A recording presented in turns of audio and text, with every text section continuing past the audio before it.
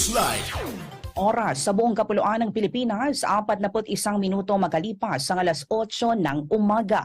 Naniniwala ang National Security Council na trinaydor at nagpanggap lamang ang dalawang aktivista nang sabihin nito na sila ay dinukot.